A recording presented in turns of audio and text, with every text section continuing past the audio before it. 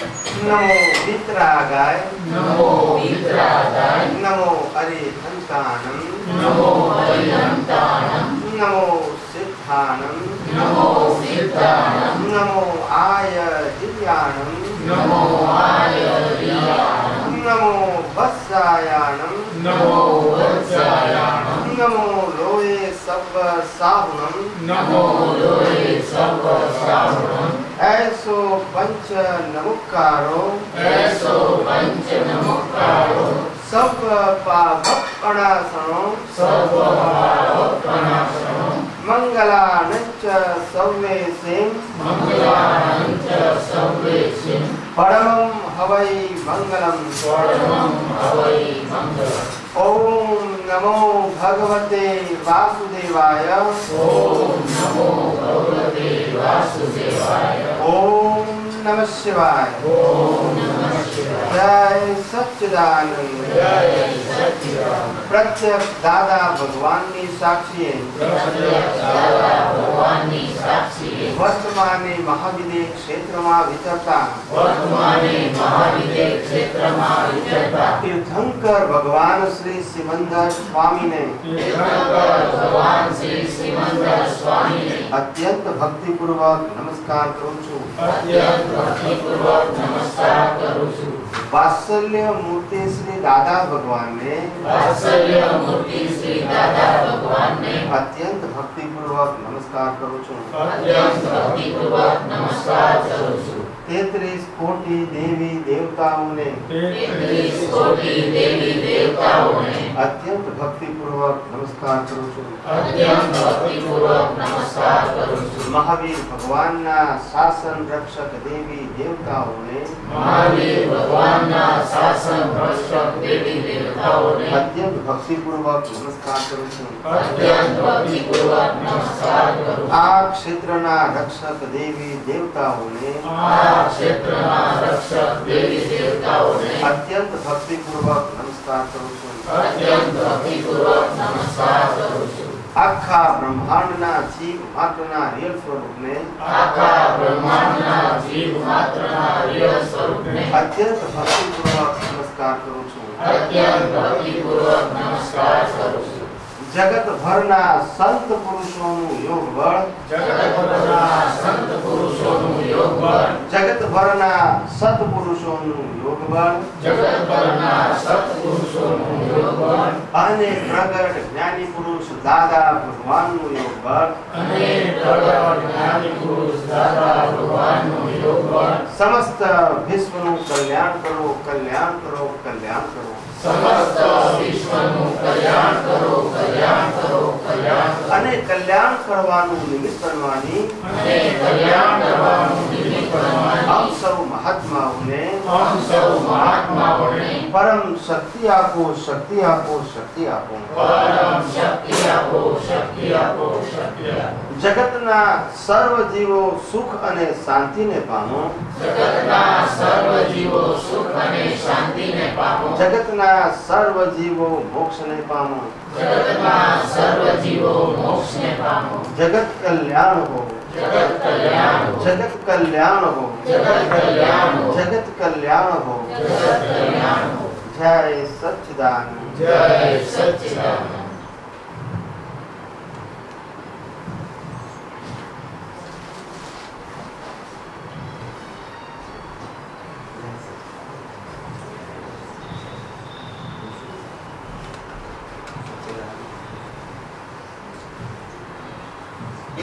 હવે વાતચીત કરો કે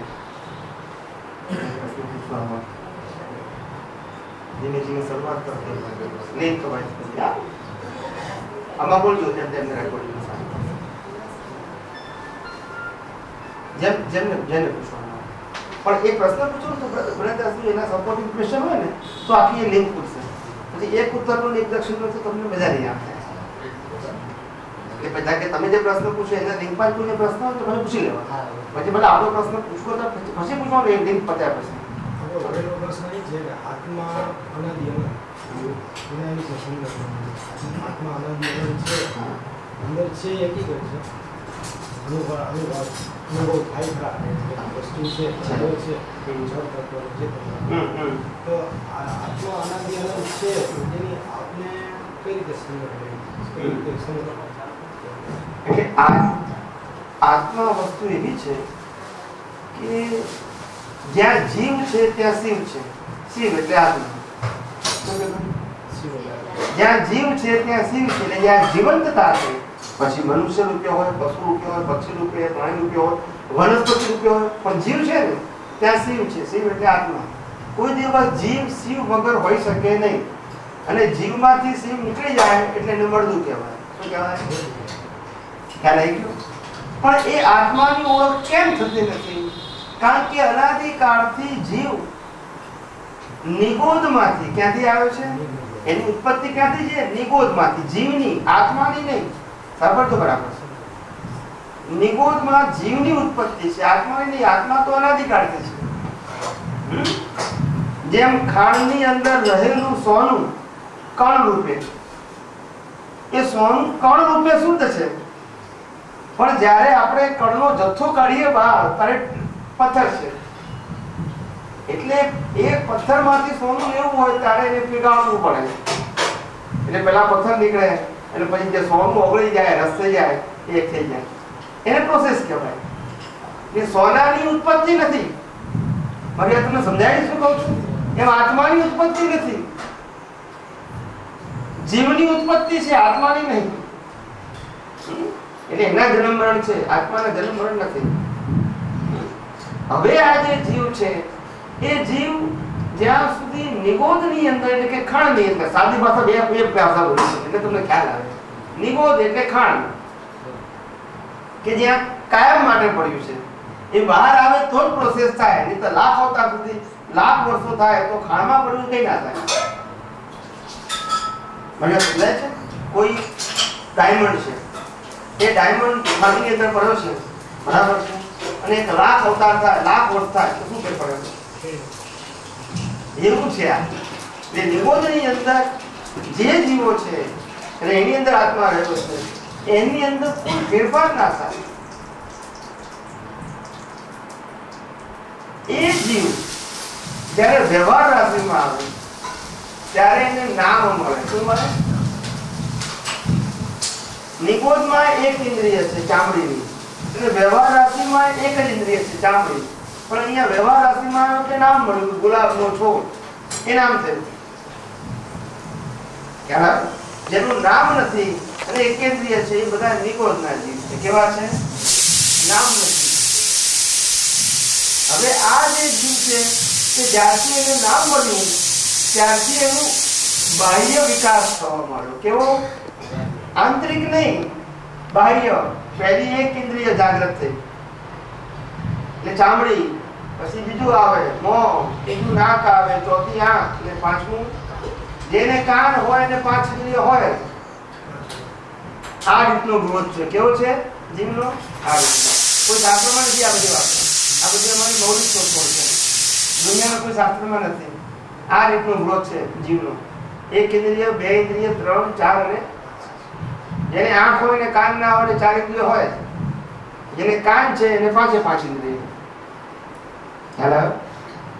હવે આ 5 ઇન્દ્રિય છે તે બાહ્ય, આ ઇન્દ્રિયનો ગ્રોથ છે તે બાહ્ય વિકાસનો ક્રમ છે. કયો?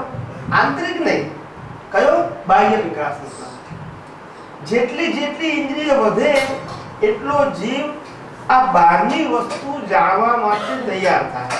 દુનિયાની વસ્તુ, સત્તા, સંપત્તિ, સંબંધો, સાધનો, એને જાણવાનું, એને જ્ઞાન પ્રાપ્ત થાય આ ઇન્દ્રિયો દ્વારા. એને બહિર્મુખી અવસ્થા કહેવાય. શું કહેવાય? પણ વિકાસનો ક્રમ છે. શું છે? એની વિકાસનો ક્રમ પાછો કુદરતી છે. કેવો છે? મનુષ્યમાં નથી આવ્યો ત્યાં સુધી કુદરતી છે. કેવો છે? કુદરતી ક્રમ. એમાં એની કોઈ જીવની સ્વતંત્રતા નહીં વિકાસ કરવાની. અને અહીંયા જેવો પહેલી વખત મનુષ્યમાં આવ્યો ત્યારથી એને બુદ્ધિ પ્રાપ્ત થઈ. ખ્યાલ આવ્યો?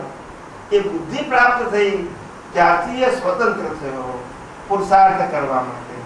પણ અજ્ઞાનતા હોવાથી એ સ્વતંત્રતા એ સ્વતંત્રતા તરીકે ઉપયોગમાં લઈ શકતો નથી, કારણ કે પોતે સ્વતંત્ર થયો છે કયા દ્રષ્ટિકોણથી તેનું ભાન એને નથી. થયો ખરો પણ ભાન નથી. કારણ કે ભાન કેમ નથી? કારણ કે જ્ઞાન નથી. શું નથી? ખ્યાલ આવ્યો? એટલે અહીંયા આવ્યો ત્યારથી જીવનો આંતરિક વિકાસ થાય. પેલો બાહ્ય વિકાસ હતો, ડેવલપમેન્ટ, જીવનું ડેવલપમેન્ટ. હવે મનુષ્ય થઈ ગયો એટલે જીવનું મેક્સિમમ ડેવલપમેન્ટ થઈ ગયું. બાહ્ય ઇન્દ્રિયોને આધારે જે પાંચે પાંચ ઇન્દ્રિયો જોઈએ એ તો મળી ગઈ, અને પ્લસ મનુષ્ય ભાવની અંદર એડિશનલ બુદ્ધિ મળી.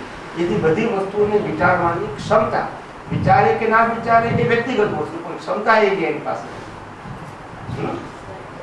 હવે આજે મનુષ્યમાં આવ્યા પછી આ બુદ્ધિ પ્રાપ્ત થઈ, ત્યાર પછી આ જગતની બાહ્ય વસ્તુઓને જાણવા માટે પ્રયત્ન કરે છે, ભોગવવા માટે પ્રયત્ન કરે છે, પ્રાપ્ત કરવા માટે પ્રયત્ન કરે છે. હવે પ્રયત્ન કરે છે પણ પ્રયત્નની અંદર સફળતા નથી મળતી, કારણ કે પ્રયત્ન અને પરિણામ બે જુદી વસ્તુ છે.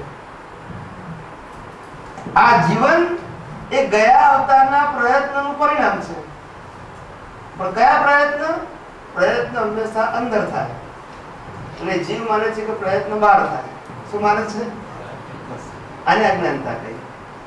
પ્રયત્ન બહાર હોઈ શકે જ નહીં. એ વ્યવહાર ભાષાનો પ્રયત્ન કહેવાય. હકીકતનો પ્રયત્ન અંદર છે, જેને બીજ કહીએ છીએ, જેને કર્મ કહીએ છીએ. એ બીજ હોય તો જ ફળ આવે. બહારની મહેનતથી ફળ ના આવે. એમાં રામકૃષ્ણ મહાવીર બધા નિષ્ફળ ગયેલા. કૃષ્ણ ભગવાનને સમજે થાકી ગયા તો યુદ્ધને રોકી શક્યા નહીં. રામે પણ સમજાવવા પ્રયત્ન કર્યો રાવણને, પણ સમજી શક્યા નહીં, કારણ કે બહારના પ્રયત્નો તે સ્વતંત્રતાથી બહારના છે. કેવા છે? કારણ કે બહારના સંજોગો જીવ માત્રના નિર્માણ થઈ ગયા છે. જન્મ પહેલા ક્યારે થઈ ગયા છે? જન્મ પહેલા આખા જીવનની ડિઝાઇન તૈયાર થઈ જાય અને ત્યાર પછી જીવનો જન્મ થાય. એટલે બહારમાં ફેરફાર થતો નથી, પણ જીવ બહાર ફેરફાર કરવા પ્રયત્ન કરે છે, એટલે અનાદિકાળથી નિષ્ફળ જાય છે. પણ એટલા માટે કરે છે કારણ કે એની પાસે સાચું જ્ઞાન નથી, સાચી દ્રષ્ટિ નથી, એટલે નિષ્ફળ જાય છે બચારો. આ જીવ ધીરે ધીરે ડેવલપ થાય છે. પહેલું એની અંદર આવે માનવતા. શું આવે? મનુષ્યનો પહેલો ભાવ કેવો આવે? માનવતા ભાવ. એ માનવતા જેમ જેમ આ બાહ્ય દ્રષ્ટિ વધતી જાય ને, ભૌતિકતા, એ માનવતા ઘટતી જાય અને સ્વાર્થ વધતો જાય. શું વધતો જાય? માનવતા ઘટતી જાય અને સ્વાર્થ. એ સ્વાર્થ વધે એમ માણસ રાગ દ્વેષ ને કસાય વાળો થાય. કેવો થાય? ખ્યાલ આવ્યો? પણ એ રાગ દ્વેષ ને કસાય એ એક પ્રકારનું બાહ્ય ડેવલપમેન્ટ છે. કયું છે? આંતરિક નહીં, બાહ્ય ડેવલપમેન્ટ. એ ડેવલપમેન્ટ જે છે એ ડેવલપમેન્ટ વિકાસ કરતો કરતો પછી આ કસાય વાળા ભાવ કરે છે, રાગ દ્વેષ. એનાથી અંદર માર બહુ પડે, ચેર પડે નહીં, એટલે સાચું જ્ઞાન ખોળવા પ્રયત્ન કરે, બહુ માર પડે. અને સાચું જ્ઞાન ખોળવા માટે અંદર બીજ નાખે એટલે બહાર ફળ ભેગું થાય. અને જ્યારે સાચું જ્ઞાન ભેગું થાય, સાચું જ્ઞાનની દ્રષ્ટિ આપવા વાળો ભેગા થાય અને સાચું જ્ઞાન એને પ્રાપ્ત થાય, ત્યાર પછી એને આધ્યાત્મ માર્ગે આંતરિક વિકાસની શરૂઆત થાય. કયો વિકાસ? બાહ્ય નહીં. બાહ્ય તો જીવ માત્રનો પરિણામ. કેવો? આમાં વિકાસ હોય જ નહીં. આ તો જેવું એક્ઝામ આપી છે એવું જ રિઝલ્ટ મળે, આમાં ફેરફાર ના થાય. એક્ઝામ આપી ગયા અવતારમાં રિઝલ્ટ આ અવતારનું. હવે કેમનું ફેરફાર થાય? આ જ અવતારમાં એક્ઝામના રિઝલ્ટ આમાં મળતી હોય ને તો ફેરફાર થાય. પણ કુદરતે એક્ઝામના રિઝલ્ટના અવતાર ફેરફાર કર્યા છે. શું છે? એટલે આખું આ જગત બચારું મહેનત કરી કરીને થાકી જાય છે, છેવટે નિષ્ફળ જાય છે. કેટલાકને સફળતા મળે છે તો એ સફળતા એની મહેનતનું કારણ નથી, એના કર્મના પુણ્યનું કારણ છે. શેની પુણ્ય? કર્મની પુણ્ય. એ કર્મની પુણ્ય હોય તો જેટલા પાસા નાખે બધા હવળા પડે, અને કર્મમાં પાપ લખ્યું તો જેટલા પાસા નાખે બધા અવળા પડે. એમાં એની બહારની મહેનત કામ કરતી નથી. લોકોને લાગે પણ એવું છે હકીકતમાં નથી. એટલે એ જે જીવ અનાદિકાળથી આજે ભમ્યા કરે છે તે જ્યારે આ જગત છે ને, આ ભરત ક્ષેત્ર, આ ભરત ક્ષેત્ર એ 6 ખંડોનું બન્યું છે. કેટલા ખંડો? જેમાં સમુદ્ર બધું આવી. આ 6 ખંડોનું બનેલું આ ભરત ક્ષેત્ર. એ ભરત ક્ષેત્રની અંદર જે જીવો છે એના 6 પ્રકાર છે ડેવલપમેન્ટના. જીવોના એટલે મનુષ્યના. એમાં સૌથી વધારે ડેવલપમેન્ટ અહીંયા છે હિન્દુસ્તાનની અંદર. અહીંયા આગળ કર્મની ભઠ્ઠી છે. શું છે? અને આ ભઠ્ઠીમાંથી જે તપીને શુદ્ધ સોનું થઈ ગયું એનું કામ થઈ ગયું. અને આ ભઠ્ઠીમાં જે કાચો રહી ગયો એ ક્યાં તો ધર્મના માર્ગે ગયો તો દેવલોકમાં ગયો, ને અધર્મના માર્ગે ગયો તો નરકલોકમાં ગયો. સમજાય? આ કર્મની ભઠ્ઠી છે. બાકી બધે બાળ જીવો છે. કેવા છે? જેનું જો આંતરિક ડેવલપમેન્ટ થયું જ નથી આધ્યાત્મ માર્ગે. એટલે બધા બાળકો છે. આ વિદેશના લોકો છે ને, જે બધા બાળકો છે. કેવા છે? એટલે સહજ હોય. બધા કેવા હોય? આપણા જેવી કસાઈ બુદ્ધિ ના હોય, દીર્ઘ દ્રષ્ટિ ના હોય, 7 પેઢી ના વિચારે. એ લોકો તો કે અમે હસબન્ડ ને વાઈફ બે સાડી જેવી બહુ થઈ ગયું, છોકરા પછી એમનું કરશે ને આપણે તો 7 પેઢીનું વિચારીએ. એ લોકો પાસે બુદ્ધિ ખરી પણ લિમિટેડ. મનુષ્ય ખરા, બુદ્ધિ ખરી હિતાયની પણ લિમિટેડ. અહીંયા આગળ જે ડેવલપ થયેલો જીવ છે એની અનલિમિટેડ બુદ્ધિ છે. કેવી છે? ડેવલપ થયેલી. કેવી? એ ડેવલપ થયેલી બુદ્ધિ એ મિથ્યા દ્રષ્ટિ હોય, અવળી દ્રષ્ટિ હોય તો નરગતિ લઈ જાય, અને એ દ્રષ્ટિ સમ્યક થાય તો મોક્ષે લઈ જાય. સમજાય? એટલે આધ્યાત્મનો માર્ગ તે દ્રષ્ટિ ઉપર છે, ક્રિયા ઉપર.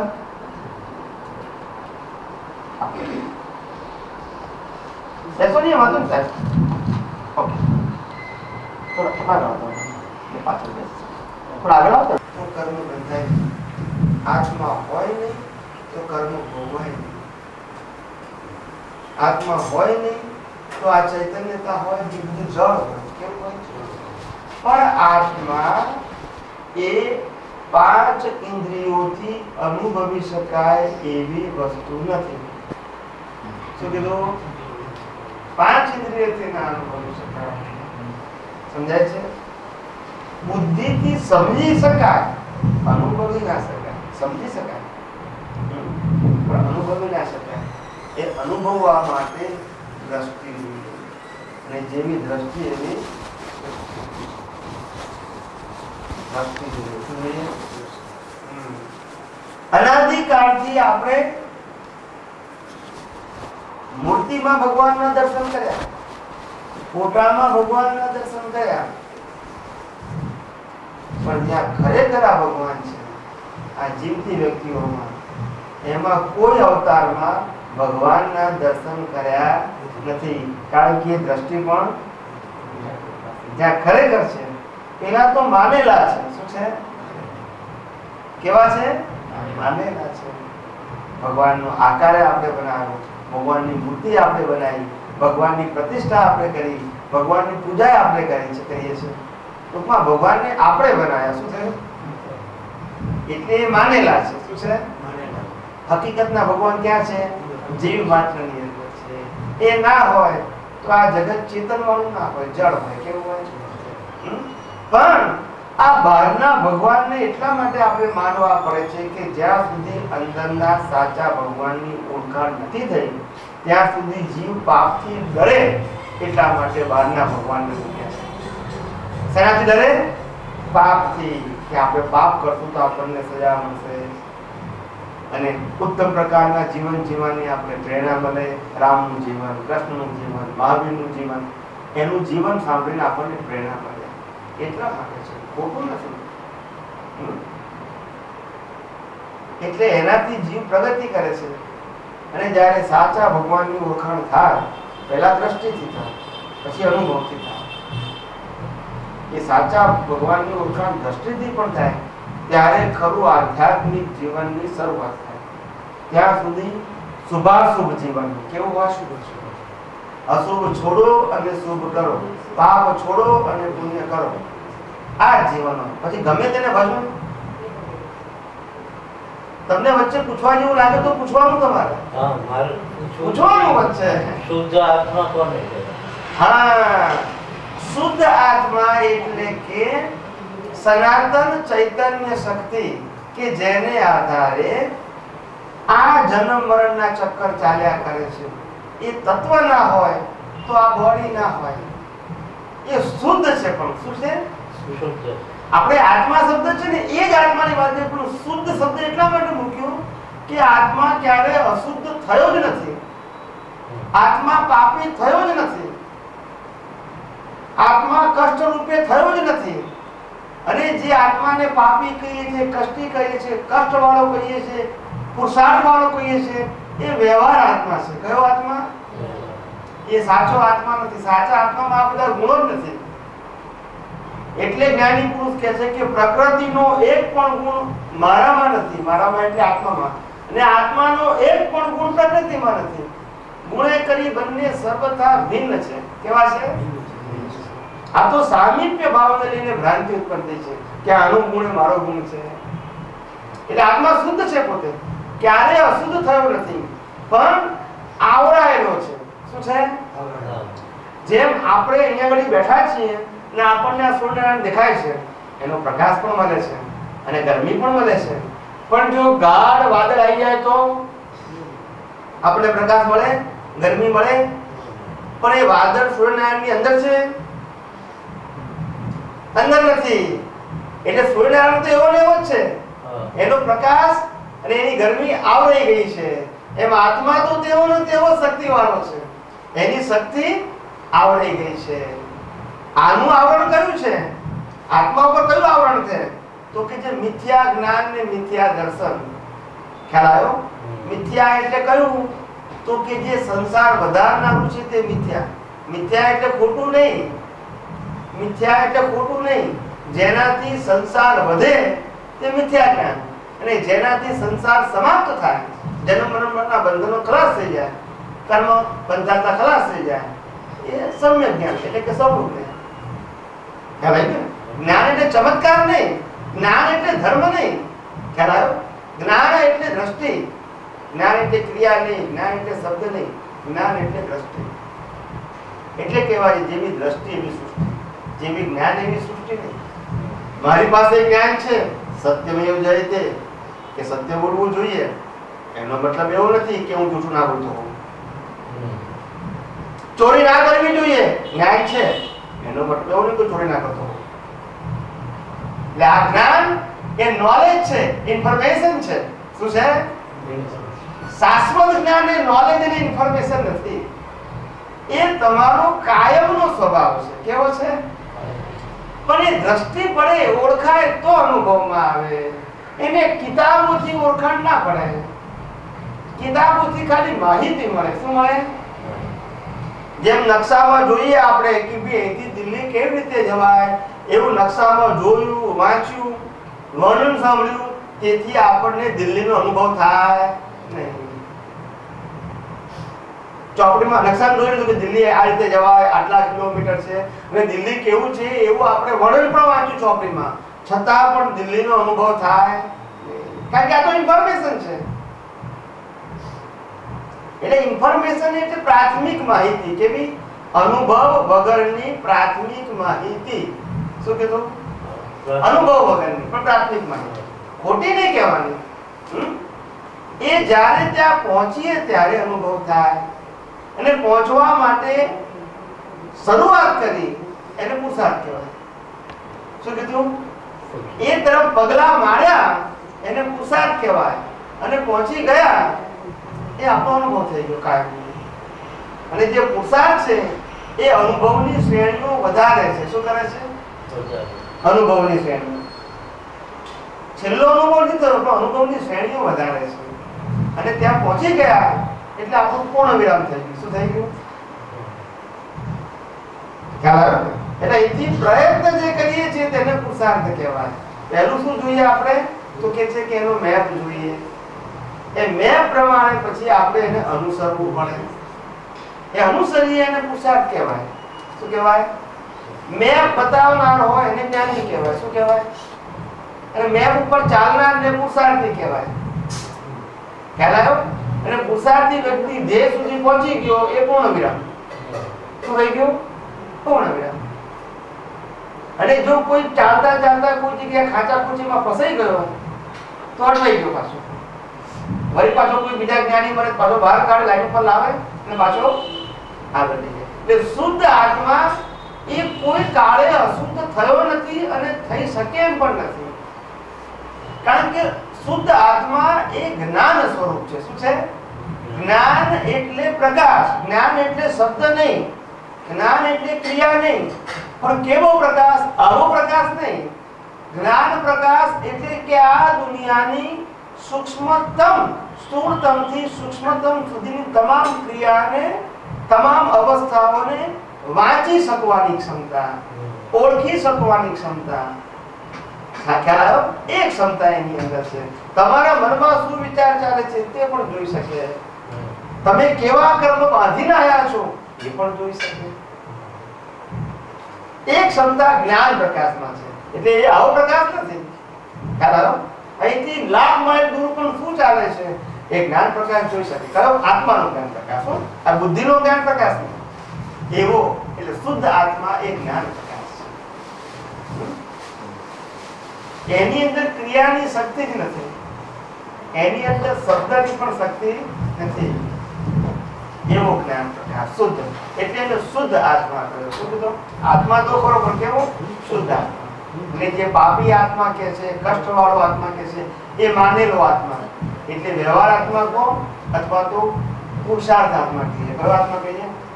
મારે આમ કરવાનું છે, આ નથી કરવાનું, એવું જે અંદર થયા કરે છે એ પુરુષાર્થ આત્મા છે. તે પાપી છે અને પુણ્યશાળી પણ છે. પણ મૂળ આત્માને તો પાપ પુણ્ય સાથે લેવા દેવા કોઈ લેવા દેવા. આવો પોતાનો આત્મા જીવ માત્રનો છે. અને આત્મા જીવ માત્રમાં એક જ સરખો છે.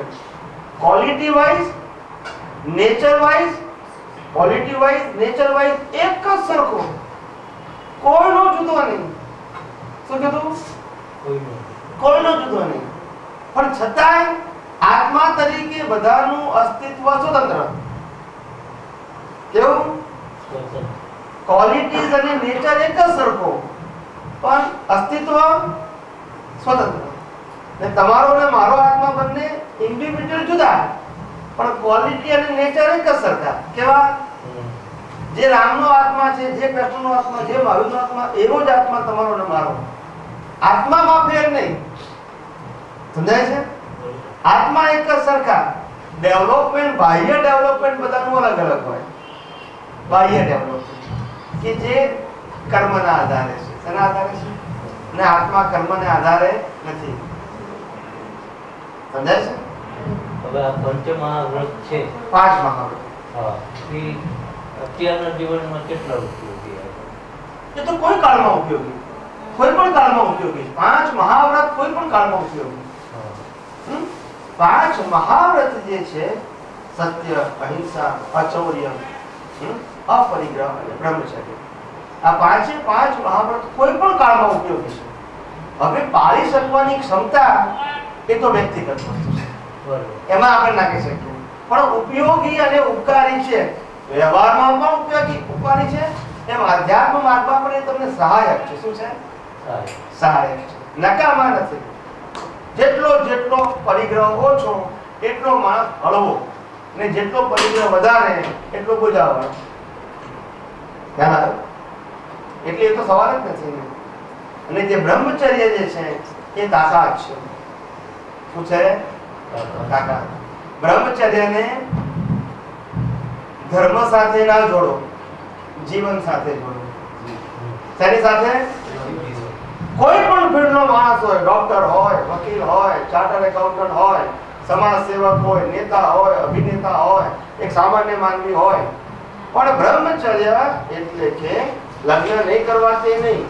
બ્રહ્મચર્ય એટલે કે બાળકોને ઉત્પન્ન નહીં કરવી તે નહીં. બ્રહ્મચર્ય એટલે વીર્યની ઇકોનોમી. શું કીધું? એ તો સામાજિક વ્યવસ્થા છે. ખ્યાલ આવ્યો? વાસના જુદી વસ્તુ છે અને બાળક પેદા કરવું જુદી વસ્તુ છે. પેલો વ્યવહાર છે.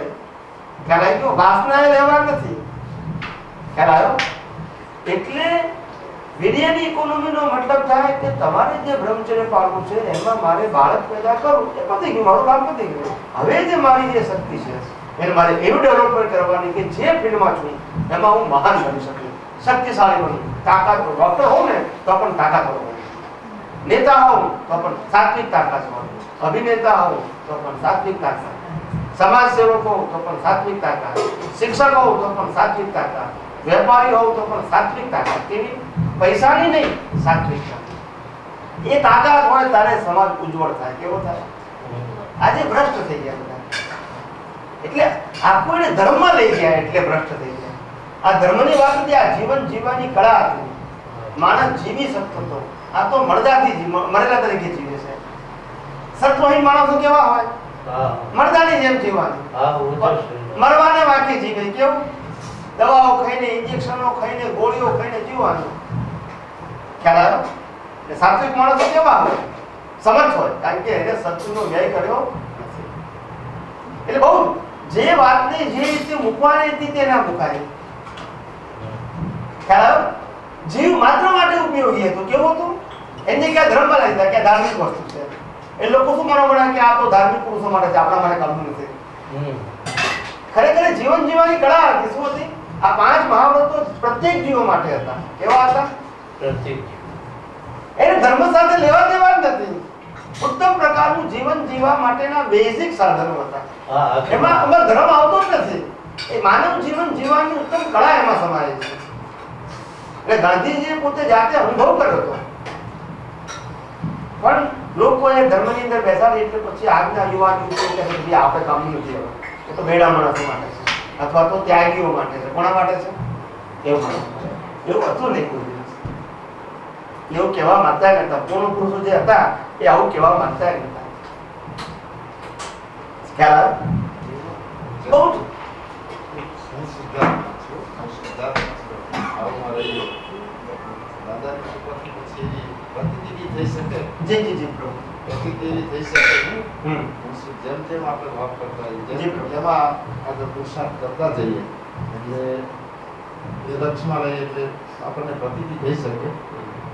પ્રતીતિ જ્ઞાની પુરુષે જ્ઞાન આપ્યું ત્યારે બેસાડી આપી. ફક્ત આપણે લક્ષ અને અનુભવ બાકી. શું બાકી? પ્રતીતિ બેસાડી આપી. પ્રતીતિ સહાયક છે. એ અનુભવ સહાયક થઈ જાય તો કામ થઈ જાય. પ્રતિ તો કાયમી છે. ઉઠતા જાગતા ઊંઘતા બેસતા હું શુદ્ધાત્મા છું એ ભૂલાય નહીં. એટલે કોઈક વાર કામની અંદર આપણે માનો કે હું શુદ્ધાત્મા છું એ યાદ ન આવ્યું તો પણ પાછું એની વેતે જ આવે. પાછું યાદ કરવું ના આપણે અનુભવ થતો જાય. હા, એટલે પ્રતીતિ રૂપે કાયમનું છે. અનુભવ ક્યારે થાય કે જ્યારે સંજોગોની અંદર એ જે પ્રકૃતિ છે લક્ષ્ય રૂપે હાજર થાય ત્યારે. શું કીધું? લક્ષ્ય હાજર થાય ત્યારે અનુભવ થાય. એટલે પ્રકૃતિ, લક્ષ્ય અને અનુભવ. આપણે લક્ષ્ય ચૂકી જઈએ છીએ એટલે અનુભવ થતો નથી. કઈ રીતે લક્ષ્ય? લક્ષ્ય એટલે શું? દાખલા તરીકે વ્યવહારની અંદર મેં લગ્ન કર્યા એટલે મને ખ્યાલ આવ્યો કે આ મારી ધર્મપત્ની છે. બરાબર છે? હવે ધર્મપત્ની છે એનું ભાન મને થઈ ગયું, પણ એ ભાન સંજોગોમાં હાજર ના રહે તો શું થાય? ભાન બેસી ગયું ખોટું, પણ હાજર ના રહે તો એ વખતે ભૂલી જઈએ તો વ્યવહાર કરતી વખતે ખબર ના પડે કે આ મારી પત્ની છે. ખ્યાલ આવી ગયો? તો કે છે કે જે પ્રતીતિ થઈ ને તે લક્ષ હાજર થવું જોઈએ, ત્યાર પછી એક્સપિરિયન્સ થાય. લક્ષનો મતલબ પ્રતીતિની જીવંતતા. શું કીધું? પ્રતીતિની જીવંતતા. ખ્યાલ આવ્યો? એટલે જીવંતતા એટલે તમને જે બીજ જ્ઞાન મળ્યું છે તે બીજ જ્ઞાન એ સંજોગોમાં લક્ષ રૂપે હાજર થાય કે એનું તમને અનુભવ થાય. શું થાય? બીજો દાખલો આપો. દાખલા તરીકે મારા ખિસ્સામાં 100 રૂપિયાની નોટ છે અને હું બાજુ છું. 3-4 વાગ્યા, ભૂખ લાગી, સામે ખાવાની દુકાન છે. શું છે? મને જ્ઞાન છે કે પૈસાથી ખાવાનું મળે, બરાબર છે, અને ભૂખ લાગી છે અને દુકાન પણ છે, પણ ખિસ્સામાંથી પૈસા ના નીકળે તો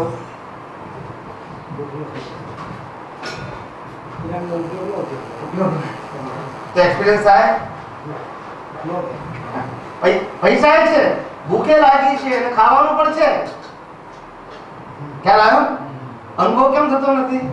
એનો શું નથી? ખ્યાલ આવી ગયો? એટલે એ જે વસ્તુ સાધન છે એ સાધનનો ઉપયોગ થાય તો પછી એક્સપિરિયન્સ થાય. પાછું પણ ઉપયોગ ના થાય તો એટલે ઉપયોગ એટલે ત્યાં હાજર થવું. શું કીધું? ને પ્રતીતિ એટલે કે જ્ઞાની પુરુષની કૃપા. લક્ષ એ પુરુષાર્થ છે, એ કૃપા નથી. પ્રતીતિ એ કૃપા છે ને લક્ષના આધારે અનુભવ એ પુરુષાર્થનું ફળ છે. શું છે? પ્રતીતિ એમની કૃપાનું ફળ છે, ખ્યાલ આવ્યો? અને લક્ષ હાજર થવું એનું ફળ તો કે પરિણામ, અનુભવ. સમજાય છે? એટલે લક્ષ સુધી ગયા તો પતી ગયું, એને પ્રમાદ કહેવાય. શું કહેવાય? સમજાય છે? એટલે મહત્વની વસ્તુ એ છે, જ્ઞાની પુરુષે જ્ઞાન આપ્યું એ આપણો પુરુષાર્થ નથી, એ પુણ્ય છે. અને આપેલા જ્ઞાનનો ઉપયોગ કર્યો તે પુરુષાર્થ છે. એ ઉપયોગ કરવાથી એક્સપિરિયન્સ થાય, મળવાથી એક્સપિરિયન્સ ના થાય. મળવું એ બેઝિક વસ્તુ છે, પાપ પુણ્યનો આધાર છે. એમાં આજનો આપણો પુરુષાર્થ, આજે આ સત્સંગમાં ભેગા થયા આપણે, તેમાં કોઈનો પુરુષાર્થ નથી.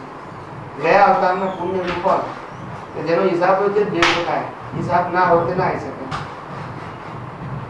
ખ્યાલ આવી? એટલે અહીંયા આગળ આવું ને ભેગા થવું એ ગયા અવતારના પુણ્યનું ફળ છે, એ આજનો પુરુષાર્થ નથી. હવે અહીંયા આયા પછી જે કંઈક આપણને સમજણમાં આવ્યું એનો આપણે ઉપયોગ કરીએ તો એ પુરુષાર્થ કહેવાય. તો શું કહેવાય? ને પુરુષાર્થ પછી તમને એક્સપિરિયન્સ થાય. પણ પુરુષાર્થ ના કરો એટલે કે પ્રાપ્ત થયેલા જ્ઞાનનો ઉપયોગ ના કરો તો અનુભવ થાય. જ્ઞાન પોતે અનુભવ ના કરાવે, ઉપયોગ થાય તો અનુભવ થાય. શું છે? સમજાય છે? અને જ્ઞાનનો ઉપયોગ ત્યારે થાય કે જ્ઞાન તમે યથાર્થ સમજો છો. કેવું સમજો છો? જ્યાં સુધી યથાર્થ સમજાય નહીં ત્યાં સુધી જ્ઞાનનો ઉપયોગ યથાર્થ થાય પણ નહીં. શંકાસ્પદ રહે. શું રહે? આજે લોકોને ધીમે ધીમે ભગવાનને માને છે ખરા. આજે સંખ્યા લોકો, આજે વધારે સંખ્યા લોકો ધર્મ તરફ વળ્યા છે. વધારે લોકો મંદિરમાં જાય છે. આજે વધારે લોકો પ્રવચનોમાં, ઉપદેશોમાં જાય છે.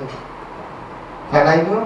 પણ એનું કારણ ધર્મની શ્રદ્ધા નથી, એનું કારણ દુઃખ વધ્યા છે. એટલે શું છે? ઠંડક ખોળે છે. શું ખોળે છે? સમજાય છે? ઠંડક ખોળે છે. ક્યાં જાય છે? એટલે આવું છે. એટલે દુઃખ ગર્ભિત અત્યારે વૈરાગ્ય છે. કેવો છે? એ જ્ઞાન ગર્ભિત હોય તો કામ કાઢી નાખે. મારે આ મુક્તતાના જ્ઞાનની અનુભૂતિ કરવી છે, મારે આ જગતની વાસ્તવિકતા જાણવી છે. એના માટે ધર્મ તરફ નથી વળતો. હું કરતા આવ્યો, સાચેલો છું, મને કોઈ વ્યવહાર જીવનમાં પ્રોબ્લેમ છે, સોલ્યુશન નથી. લાવ ત્યાં જાઉં, તમને પડશે, સારી વાતો સાંભળવા મળશે, 2 કલાક સારા જશે. એને જ્ઞાનના ઊંડા ઉતરવામાં કે અનુભવ કરવામાં રસ. એટલે બચારા પેલો અખોલ કથા સુની ફૂટ્યા કામ તો એના આવ્યો ખા બ્રહ્મને ક્યાંથી આવે? સમજાય છે?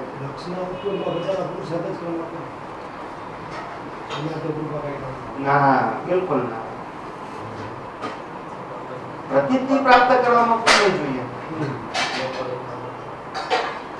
કૃપા શબ્દ છે ને, કૃપા શબ્દને લોકોએ શબ્દ વાપરીને માણસને હેન્ડીકેપ કરી દીધું.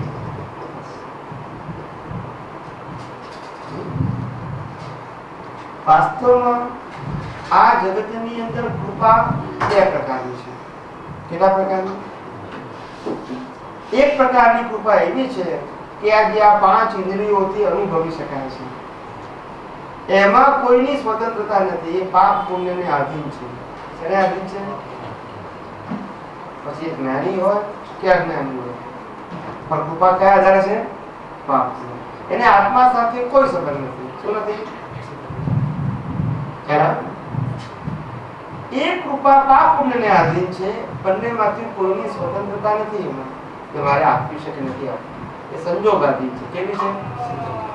એને આત્મા સાથે લેવા દેવા પણ બાહ્ય કૃપા છે. કેવી? અમે આશીર્વાદ આપીએ ને તમારું કામ થઈ જાય, એ કૃપા અમારી સ્વતંત્રતા નથી અને તમારી પણ નથી. પણ કઈ રીતે કામ કરે તો કે અમારું યશનામ કર્મ અને તમારું પુણ્ય આ બે ભેગું થાય ત્યારે કામ થાય. એમાં બેમાંથી એકેની સ્વતંત્રતા નહીં. સમજાય છે?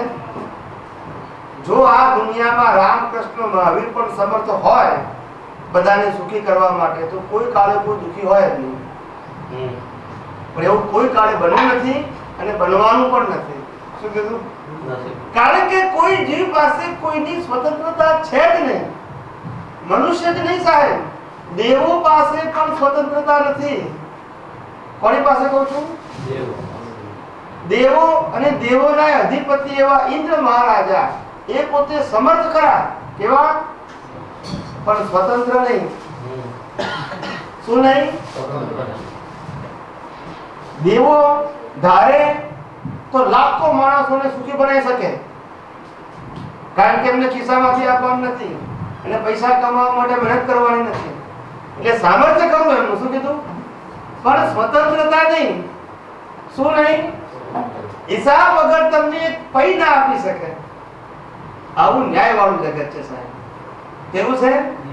નહીં તો એમ લાગે કે ઓ આ દેવો જગત ચલાવે છે, અમારા સુખ દુઃખ તો એને આધીન છે. પણ એવું છે તો આ કલ્પવૃક્ષની વાત કેમ કરે? કલ્પવૃક્ષ શું છે સાહેબ? કલ્પવૃક્ષ બે પ્રકારના છે. એક કલ્પવૃક્ષ સ્થૂળ જેને વૃક્ષ કહીએ છીએ તે કલ્પવૃક્ષ તે સતયુગના શરૂઆતમાં હોય. જ્યારે માનવ જીવનની ઉત્ક્રાંતિની શરૂઆત થઈ ને તે વખતે યુગલિક જીવો જન્મતા હતા. કેવા? યુગલિક. એટલે છોકરો અને છોકરી સાથે જન્મે, સાથે જીવે અને સાથે મરે. શું કીધું? અને એક યુગલને જન્મ આપી જાય. તે વખતે અસી મસી ને કૃષિ નથી, લખાણ નતું, ખેતી નથી, આ રસોઈ પકાવવાની, કપડા કશું હતું નહીં. તે વખતે કુદરતી જીવન હતું. કેવું હતું? તે લોકોને કઈ પણ તકલીફ પડે ત્યાં ઝાડ નીચે ઉભા રહે, જે ભાવ ના કરે તો વસ્તુ હાજર થઈ જાય. એટલે દેવલોક જેવું. કેવું? એ કલ્પવૃક્ષ હતું. પછી જેવું ડેવલપમેન્ટ થયું એટલે બેમાંથી એક થઈ ગયા. શું થઈ ગયા? અરે આખું ચેન્જ થઈ ગયું. કલ્પવૃક્ષ જતું રહ્યું. પછી યુગલિકોનું જીવન હોય ત્યાં સુધી કલ્પવૃક્ષ હોય. એટલે આ એક પ્રકારનું કલ્પવૃક્ષ સ્થૂળ જેને કહીએ છીએ. બીજું કલ્પવૃક્ષ એટલે જેવો કલ્પે એવો પોતે થઈ જાય. શું કીધું? જેવો કલ્પે ને અંદર એવો પોતે થઈ જાય. એટલે અંદર જે કલ્પ નામની શક્તિ છે એના આધારે જીવનો સવળો કે અવળો પુરુષાર્થ છે. કેવો? સવળો અથવા અવળો બે પ્રકારનો પુરુષાર્થ. પણ ત્યાં કલ્પ છે. કલ્પ એટલે પોતાની ભાવના કરવાની ક્ષમતા. મારે સુખી થવું છે, મારે દુઃખી થવું છે, મારે પેલા દુઃખી કરવો છે, મારે પેલા સુખી કરવો છે, મારે આમ જોઈએ છે, આમ નથી જોઈતું. એ અંદર જે ગળપતન ચાલ્યા કરે છે એ કલ્પનાઓના ઘોડા ઉપર જ મનુષ્ય જીવે છે. શેના ઉપર જીવે છે? એ કલ્પ શક્તિ છે. તે પુરુષાર્થ વાળી છે. કેવી છે? એ જીવ માત્રની અંદર છે. ખ્યાલ આવ્યો? એ કલ્પ શક્તિના આધારે ભાવનાના બીજ પડે છે. એ બીજનું બીજા અવતારમાં શું આવે છે? ફળ આવે છે. એ કલ્પ શક્તિ. એટલે પેલી કલ્પ શક્તિ એ કલ્પવૃક્ષ હતું. શું હતું? કલ્પવૃક્ષ. પણ લોકોને સમજણ ના પડી એટલે આવું કરી નાખ્યું. તમે સાંભળ્યું તો હશે ને અમરફળ? કે નહીં સાંભળેલું? હવે અમરફળ એ હકીકત છે કે ખાલી સ્ટોરી છે? ના ના, એ કલ્પના. જો ખરેખર અમરફળનું અસ્તિત્વ આ દુનિયામાં હોય ને તો કોક માણસ તો જીવતો જોવા મળે ને કે આ ભૈયા અમર છે. એક તો સેમ્પલ હોય કે નહીં? કલ્પના છે કોઈ સેમ્પલ? ફક્ત કલ્પના છે. પણ જો તો દુનિયા ચાલે છે ને અમરફળ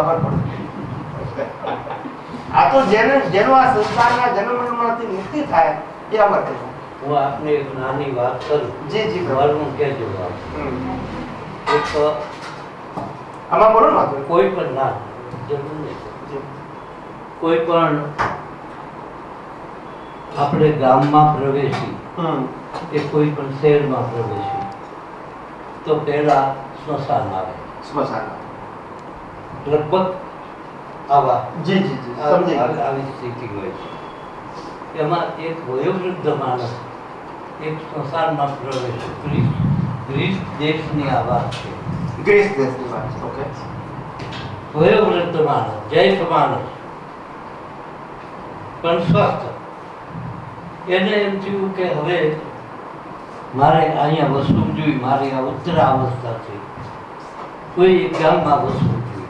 એ આ ગામમાં પ્રવેશ્યો અને બધી એને ખબરો જોઈ. એના ઉપર એમ કે એનું જન્મ ક્યારે થયો હતો, મૃત્યુ ક્યારે થયું હતું, એવી કોઈ વાત નહોતી. એની અંદર એક જ જોયું કે આ વ્યક્તિ જે છે એ 24 વર્ષ જીવી, 22 વર્ષ જીવી, 18 વર્ષ જીવી, 25 વર્ષ જીવી, પણ કોઈની ઉંમર 30-35 થી વધારે નહોતી. માણસ નિરાશ થઈને એમ થયું કે આ જ્યાં મરી જાય છે પહેલા યુવા અવસ્થામાં એવા ગામમાં મારે વસવું.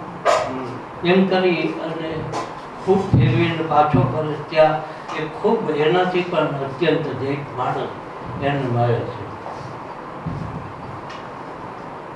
તો કે અહીંયા રહેવામાં તમે શું વાંધો, પણ કે આ જલ્દી બધા મરી જાય છે.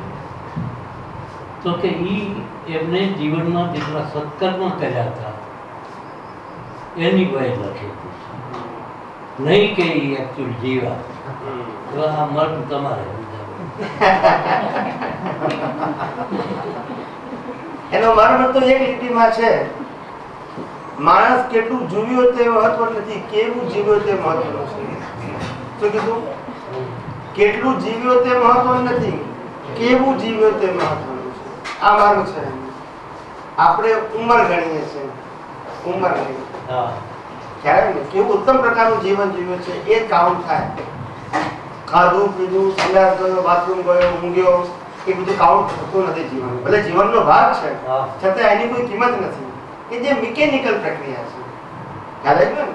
ક્યાં તો આધ્યાત્મિક માર્ગે જીવ્યો હોય અને ક્યાં તો માનવતાવાળી જીવન જીવ્યો હોય એને જીવન કહેવાય. અમે આ જગતની અંદર કહીએ છીએ કે આ જગતમાં બે ધર્મ છે. કેટલા? આખા યુનિવર્સની અંદર બે ધર્મ છે. એક માનવ ધર્મ અને બીજો આત્મ ધર્મ. બાકી બધા સંપ્રદાય. શું કીધું? ત્રીજો કોઈ ધર્મ દુનિયામાં છે જ નહીં. સંપ્રદાય એટલે ઉત્પન્ન થયા, થોડો ટાઈમ ચાલે, પાછો નાશ થાય, પાછો ઉત્પન્ન થાય બીજી રીતે, પાછો ચાલે, પાછો નાશ થાય, ચાલ્યા જ કરે. પણ આ બે ધર્મો સનાતન છે, માનવ ધર્મ અને આત્મ ધર્મ. બે ધર્મ સનાતન છે. જેને આ સંસારમાં સારી રીતે જીવન જીવવું છે એના માટે માનવ ધર્મ, જેને આ સંસારના જન્મ મરણમાંથી છૂટવું છે એના માટે આત્મ ધર્મ. બેમાંથી એક ધર્મ કોઈના માટે ફરજિયાત નથી. ને આમાંથી નીચે ગયા એ બધા રખડ્યા કરીએ છીએ. ક્યારે ત્રીજો કોઈ ધર્મ છે જ નહીં. આ તો બધા સંપ્રદાયો પછી પડ્યા. શું કીધું? પોતપોતાની દુકાનો ચલાવવા માટે. શેના માટે પડ્યા? એમાં સાચો ધર્મ રહ્યો નહીં. શું ના રહ્યો? સાચો ધર્મ એને કહેવાય કે જે પોતે વ્યક્તિ જીવન જીવી જાણે અને જીવતા દાખલા રૂપે લોકોની સાથે કામ કરે. કયો દાખલો? દાખલા રૂપે કામ કરે. જ્યાં નામના, કીર્તિ, પૈસા, પ્રતિષ્ઠા ના હોય. શું ના હોય? એની વાહે વાહે આવે પણ તો આગળ જ જતો હોય. શું કીધું? એને જાળવાના જતો હોય. એની વાહે વાહે આવે. નામના, કીર્તિ, પ્રતિષ્ઠા, પૈસો બધું વાહે વાહે આવે પણ એ આગળ આગળ જતો હોય. શું સમજાય છે મારી વાત? એનું જીવન તો શ્વાસ આપીને ચાલ્યા જવાનું હોય. હું તમને શ્વાસ આપીને પછી મારે એન્કેસ કરવાનું? ખ્યાલ આવ્યો? આ ગુલાબ સુવાસ તમને આપે છે તો તમારી પાસે વખાણવાની અપેક્ષા રાખે છે કે તમે મારી પ્રશંસા કરો, તમે મારો સુગંધ લીધી હવે કહો કે હું કેટલું સરસ ગુલાબ દેખાવામાં છું, મારી સુગંધ કેટલી કહેશે કોઈ દિવસ? એના સ્વભાવમાં છે. કેવું છે? સુગંધી લેવી હોય તો લો, ના લેવી હોય તો કઈ નહીં. આ તો મારો સ્વભાવ છે. એ મનુષ્યનો સ્વભાવ વ્યવહાર જીવનમાં માનવતાવાદી હોવો જોઈએ. કેવો હોવો જોઈએ? એનાથી નીચે ગયો પછી ભલે 2 પગ હોય તો 4 પગ જેવો જ કહેવાય. માનવતાથી નીચે ઉતરી ગયો પછી પશુ જ કહેવાય. પછી ભલે 2 પગ હોય ને તો સમજાય? એટલે માનવતા છે ત્યાં સુધી મનુષ્ય તરીકે ગણવામાં આવે છે.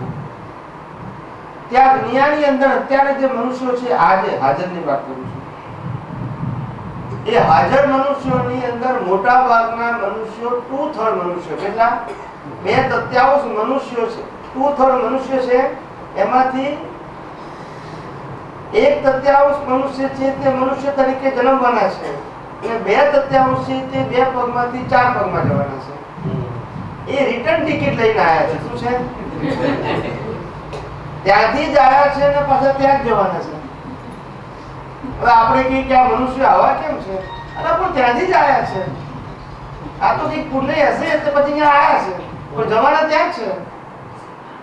હવે એની પાસે મોટી અપેક્ષા રાખીએ. મારી વાત સમજાય છે? બહુ સમજવા જેવું છે. જ્ઞાનીની ઉપાધિ જે જ્ઞાન પ્રાપ્ત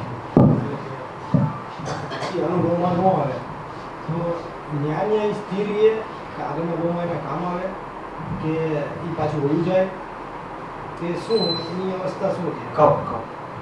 જ્ઞાન ત્યાં સુધી, જ્ઞાની પુરુષે આપેલું બીજ જ્ઞાન તમારી અંદર ત્યાં સુધી રહે જ્યાં સુધી તમે પ્રગતિ ના કરો ત્યાં સુધી વાંધો નહીં, પણ શ્રદ્ધા હોય ત્યાં સુધી રહે. ભલે પ્રગતિ ના કરો, શ્રદ્ધા ના હોય ખરા છે. શ્રદ્ધા કોને કહી શકાય? શ્રદ્ધા એટલે બી આ જ્ઞાન મારા માટે, મુક્તિ માટે હિતકારી છે, ભલે હું એને અત્યારે અનુભવ નથી શકતો અથવા અનુભવમાં લઈ શકતો નથી, મારી ક્ષમતા નથી, એ મારી વ્યક્તિગત નબળાઈ છે, પણ જ્ઞાન તો પાવરફુલ છે એવો વિશ્વાસ તમને હોવો જોઈએ. બાકી મહેડ આપેલું જ્ઞાન પર વિશ્વાસ ના હોય તો બીજા ભાવમાં ટકે નહીં. કૃષ્ણ આપેલું જ્ઞાન પર વિશ્વાસ ના હોય તો ના ટકે. ક્યાંથી ફોરવર્ડ થાય? એ આપણા ઉપર આધારિત છે, એમના ઉપર આધારિત નથી. જે તમને પ્રાપ્ત કર્યું છે એનો આધાર જ તમે છોડી દો તો કયા આધાર ટકે? આ દુનિયામાં એક પણ વસ્તુ છે કે આધાર વગર ટકે? જે રિસીવ કરનાર છે એ જ આધાર ના આપે તો કયા આધાર ટકે? ટકે ખરું? એટલે એવું ના સમજો કેરી ફોરવર્ડ થાય. જ્યાં સુધી તમને વિશ્વાસ છે તો કેરી ફોરવર્ડ થશે, નહીં તો ના ટકે. ડેવલપમેન્ટ એટલે શું કહેવાય? કે જીવ પોતાના જીવનમાં જે પ્રગતિ કરે છે, મનુષ્યમાં આવ્યા પછીની વાત કરું છું, એ જીવ આમ તો મૂળ ડેવલપમેન્ટ તો વ્યવહાર રાશિમાં ત્યારથી ડેવલપ થતું જાય છે, પણ એ ઇન્દ્રિય જ્ઞાનથી ડેવલપ થાય છે. કયા જ્ઞાનથી? મનુષ્યમાં આવ્યા પછી બુદ્ધિથી ડેવલપ થાય છે. એટલે પહેલો ધર્મ આવે માનવતાનો, કયો આવે? અને પછી બીજો આવે આત્મધર્મ. એ ડેવલપ થયા પછી આવે. ક્યારે આવે? પછી આવે. આ ડેવલપમેન્ટનો સ્વભાવ શું છે? ડેવલપમેન્ટ હંમેશા જીવનું ક્યાં તો અપ જાય અને સ્ટેબલ રહે, પણ ડાઉન ના જાય ઉપરનું. શું કીધું? ડેવલપમેન્ટ ડાઉન ના જાય. હું પાપ કર્મ કરું તો નરક ગતિમાં જઉં, પણ મારું ડેવલપમેન્ટ એવું ને એવું રહે. વિકાસ પણ ના થાય અને ડાઉન પણ ના જાય. ખ્યાલ આવ્યો? હું પશુ યોનિમાં જઉં તો આપણો ડેવલપમેન્ટ એવું ને એવું રહે, વિકાસ ના થાય પણ સ્ટેબલ રહે, આવડા એવું રહે. વળી પાછો મનુષ્યમાં આવું તો જ્યાં ડેવલપમેન્ટ અટક્યું હોય ત્યાંથી જ આગળ વધવું, એકથી નહીં. કે ડેવલપમેન્ટ જ એવી વસ્તુ છે કે જે હંમેશા અપ જાય એટલે ક્યાં તો સ્ટેબલ રહે પણ ડાઉન ના જાય. ગમે ત્યાં ગતિ જાય તો શું કીધું? ગમે ત્યાં ગતિ થાય તો. એટલે સમર્થ પુરુષો ડેવલપ થયા પછી પણ અમુક પ્રકારના પાપ કર્મો કરે તો નરક ગતિમાં જાય, વળી પાછા અહીંયા આવી અને મોક્ષ પર જાય. એવું નહીં કે કરવાનું પાછું. ડેવલપમેન્ટનો સ્વભાવ છે. ડેવલપમેન્ટ જુદી વસ્તુ છે અને કર્મ જુદી વસ્તુ છે. બંને કેવું છે? જુદી વસ્તુ છે, એક નથી. ડેવલપમેન્ટ એ સાતત્ય વાળી વસ્તુ છે અને કર્મ કેવું છે? કર્મ ભાઈ બાંધો અને ફળ ભોગવો એટલે પતી ગયું. એ સાથે ના આવે. એક અવતાર પૂરતું કીધું છે કર્મ, ડેવલપમેન્ટ એક અવતાર પૂરતું નથી. જીવ નિબોધમાંથી વ્યવહાર રાશિમાં આવે ત્યારથી ડેવલપ થઈ રહે છે. અને કર્મ ફળ એક અવતારનું હોય. શું હોય? બીજ બાજુ તું ફળ ભોગવી લો, પતી ગયું. એ કર્મ પતી ગયું. એટલે પુનર્જન્મ છે ખરા? હે? પુનર્જન્મ છે એટલે શું? તમે જેમ પૂછ્યું ને કે ભાઈએ પ્રશ્ન પૂછ્યો કે પુનર્જન્મ છે કે એની સાબિતી આપો. સાબિતી નથી. ના ના, હું તમને કહું છું. એક ભાઈએ પૂછ્યું કે પુનર્જન્મ છે એની સાબિતી આપો. એટલે મેં કીધું કે તમે સિદ્ધાંતમાં માનો કે નહીં? સિદ્ધાંતમાં, શ્રદ્ધા નથી કહેતો, સિદ્ધાંત. તો મેં કીધું તમે કોઝ અને ઇફેક્ટમાં માનો કે નહીં? કારણ અને કાર્ય, કોઈ પણ કાર્ય કારણ વગર ના હોય, અને કોઈ પણ કારણ હોય એનું કાર્ય પરિણામ આવે. બરાબર છે? કોઝ એન્ડ ઇફેક્ટ શું કહેવાય છે? કોઈ પણ ઇફેક્ટ કોઝ વગર ના હોય. બરાબર છે? તો આપણે માના પેટે જન્મ્યા, એ માતા પિતા મળ્યા, એ કયા આધારે મળ્યા? એ ઇફેક્ટ કયા આધારે આવી? તો એ કોઝ ક્યારે કર્યા હતા? પહેલા કોઝ કર્યા તો ઇફેક્ટ આવે ને. આજ માતા, આજ પિતા, આજ ઘર, આજ પરિવાર, આજ ધર્મ, આજ ધરતી કયા આધારે મળ્યા? મળ્યા તો ખરા, એ ઇફેક્ટ છે, પણ એની કોઝ ક્યારે કરી તું? એટલે કોઝ તો ઇફેક્ટ આવે ને. આ કુદરતની મરજીથી ચાલતું નથી. જો કુદરતની મરજી ચાલતું હોય તો કોઈ મોક્ષ જાય જ નહીં ને. તો પછી આપણે કરવાનું રહ્યું નહીં. પછી જો આપણે કુદરતના આધારે જીવતા હોય તો આપણે કરવાનું રહ્યું નહીં. કુદરત છે, પણ કુદરત તમારા કર્મને આધારે ફળ આપે છે. કુદરત સ્વતંત્ર નથી. કેવું નથી? આપણું બંધાયેલું નથી. પણ કુદરત એક એવું નેચરલ બોડી છે કે જે વ્યક્તિ જેવા કર્મ કરે છે એવું એને ફળ આપે છે. સ્વતંત્ર નથી. આજે ટીચર છે, ટીચર એ સ્વતંત્ર નથી. હું જે એક્ઝામ આપું છું એનું રિઝલ્ટ આપે છે. મારી વાત સમજાય છે? એવું આ કુદરત છે ને, તે ટીચર છે રિઝલ્ટ આપવા માટે. શું કીધું? એક્ઝામ આપણે આપી છે, એ શું આપે છે? રિઝલ્ટ આપે છે. એટલે સ્વતંત્ર નથી. એ શું કીધું? મારી વાત સમજાય છે ને? આવું કુદરતનું છે. એટલે કોઝ અને ઇફેક્ટ જે છે, આ અત્યારે આ મનુષ્ય જન્મે તે મરે ત્યાં સુધી, સાંભળજો બરાબર, મનુષ્ય જન્મે તે મરે ત્યાં સુધી એના મન, વાણી અને કાયાથી જે કંઈ પણ કરે છે, શું કીધું? જે કંઈ પણ કરે છે એ 100% result of your previous birth છે. શું છે? પાછલા અવતારના કર્મનું ફળ, જન્મથી મોત સુધી. અને મનોવચન કાયાથી જે કંઈ પણ કરે છે, સારું ખરાબ બધું, એમાં પુરુષાર્થનો અંશ નથી. શું નથી? આ સનાતન સિદ્ધાંત કહું છું. શુભાશુભ સિદ્ધાંત નહીં. શુભાશુભ સિદ્ધાંત બદલાઈ જાય કે સારું કરો ને ખરાબ ના કરો. એટલે કર્મના ફળ આ જન્મમાં નથી મળતા. કર્મના ફળ આ જન્મમાં મળે, પણ કયા ફળના ફળ મળે? શેના મળે? જેમ આજે નોકરી કરું તો મને પગાર આજે આ મહિનામાં જ મળે મને, પણ આ બધા એ ફળના ફળ છે. ત્રાજવા કોના હાથમાં છે? હે? આ ત્રાજવા કોના હાથમાં? હા, ત્રાજવા કોના હાથમાં છે? એ ત્રાજવા બધા કુદરતના હાથમાં છે સાહેબ. અને કુદરત નિષ્પક્ષપાતી છે. કેવી છે? એ રામકૃષ્ણ મહાવીરને પણ છોડે નહીં. કોણે ના છોડે? એને પણ એના જ ભોગવવા પડે સાહેબ.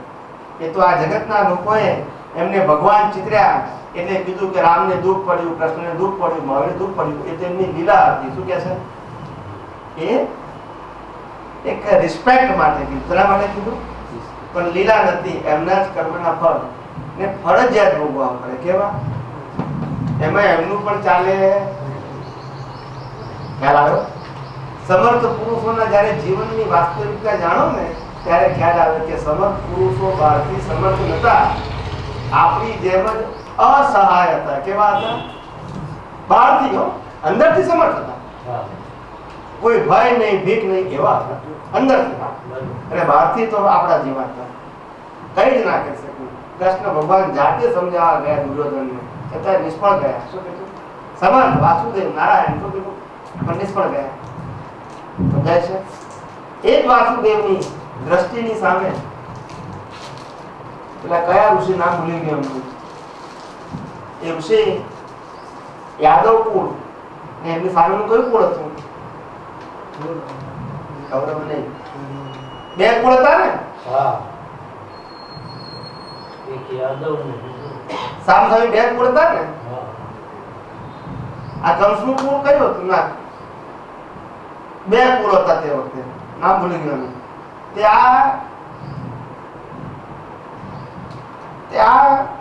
કૃષ્ણ ભગવાનનું કુળ જુદું અને બીજું કુળ, બે સામસામે જેમ આપણા હિન્દુ અને મુસલમાન છે ને જેમ એવા બે કુળ હતા તે વખતે, બંને એકબીજાના કટ્ટર. તો કૃષ્ણ ભગવાનનું જે કુળ હતું એના સામેના કુળની અંદર એક દેવ તરીકે વ્યક્તિ મનુષ્ય તરીકે જન્મેલો અને જન્મીને દુઃખ પામી અને દેવમાં ગયો. ક્યાં ગયો? અને એને નિયાણું બાંધ્યું. નિયાણું એટલે નક્કી કરવું કે મારું જે કંઈ પુણ્ય છે એ આમાં ખર્ચાય. એન્ડ કેસ મારે કરવું છે આ રીતે. પુણ્ય મારું છે, પુણ્ય એટલે બેંક બેલેન્સ. શું કીધું?